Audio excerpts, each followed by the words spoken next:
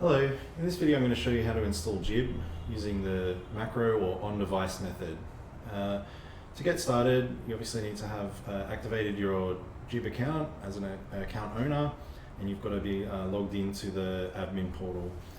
And once you're inside the admin portal, I'm going to navigate to the macro devices tab and simply add device. So I can give this any name, so I'm going to write test installation.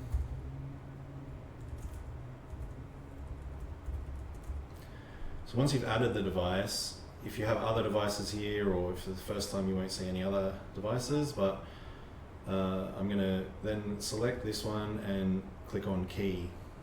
Now this is where you generate your JIBB API key, which is required to essentially activate JIBB on your device and associate it with your license.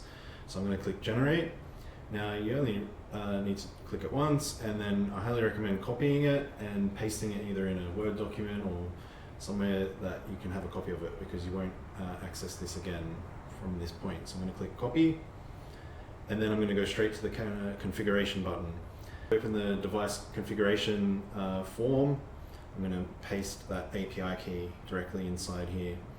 So now I'm going to type in admin. So I need a username and password that is a admin level access to this device. So I'm going to type this in again. So once you've entered that device username and password, the next is to go to the IP address. So you can always check this by going into local device controls via WebEx Control Hub, and I'm just going to copy the IP address directly from there. Now I'm going to paste that there.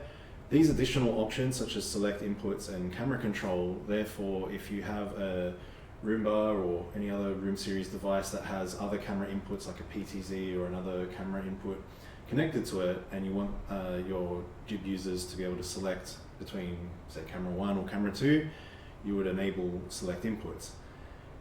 Camera control essentially adds the manual camera control aiming to the JIBB UI. So this is perfect if you have a room kind of like this with a whiteboard that's portable and might be in a different position every time. But generally, if you're setting it up for a Roomba or any kind of room device that's in a fixed position and the whiteboard is in a fixed position, I wouldn't worry about camera control. Right, so now that I've completed the form and I've got all the information I need and I'm not setting any of these optional settings, all I need to do is click save. So this will automatically add the JIBB macro to your device. So as you can see on the screen, it even already says JIBB is ready, and the same message will come up on the Room Navigator. So now that JIBB has been installed, all I need to do is go to my Room Navigator. If you're in MTR mode, you'll need to swipe to open the control panel, but if you're in Room OS, it will automatically be on the home screen. And then once you click the JIBB app, you would enter your autosave email address into the click edit email, enter your email, so that you'll receive a PDF copy of your session once it ends. So I'm just going to type in my email.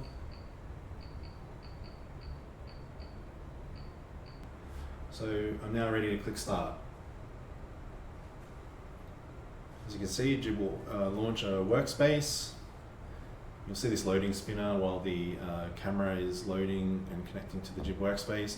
You see in the upper left-hand corner, there's now a join.jib.ai URL. So that means anyone can go to that URL, and if you provide them with the ID and password, they can also join the workspace and annotate. So as you can see, I've already got some writing on the board. It's already appearing on the TV screen there.